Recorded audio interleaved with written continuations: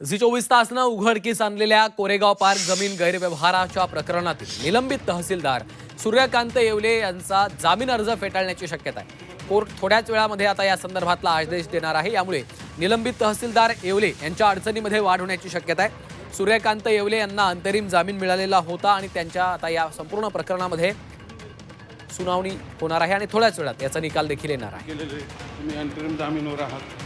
निलेश खरमरे आमचे प्रतिनिधी सध्या फोनलाईनवरून आपल्यासोबत जोडले गेलेले आहेत। निलेश, आपण पाहतोय आता निलंबित तहसीलदार सूर्यकांत येवले यांचा जामीन अर्ज फेटाळला जाऊ शकतो, काय अपडेट्स आहेत?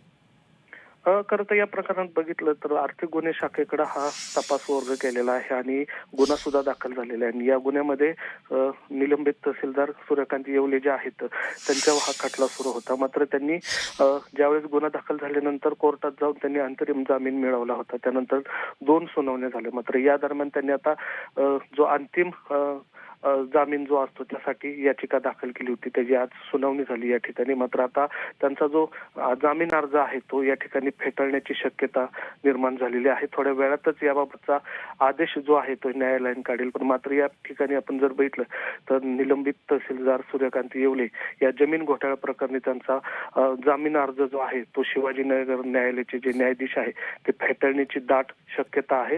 याबाबतचा आदेश थोड्या वेळात येईल। मात्र या ठिकाणी जर पाहिलं तर जवळपास त्यांचा अर्ज जो आहे तो फेटाळण्याची शक्यता या ठिकाणी वर्तवली जात आहे आणि आदेशाची फक्त वाट या ठिकाणी पाहिली जाते। आदेशानंतर चित्र क्लिअर त्यांचा जो आदेश आहे अर्ज जो आहे तो फेटाळण्याची या ठिकाणी शक्यता आहे। निश्चितच धन्यवाद निलेश सविस्तर माहितीसाठी।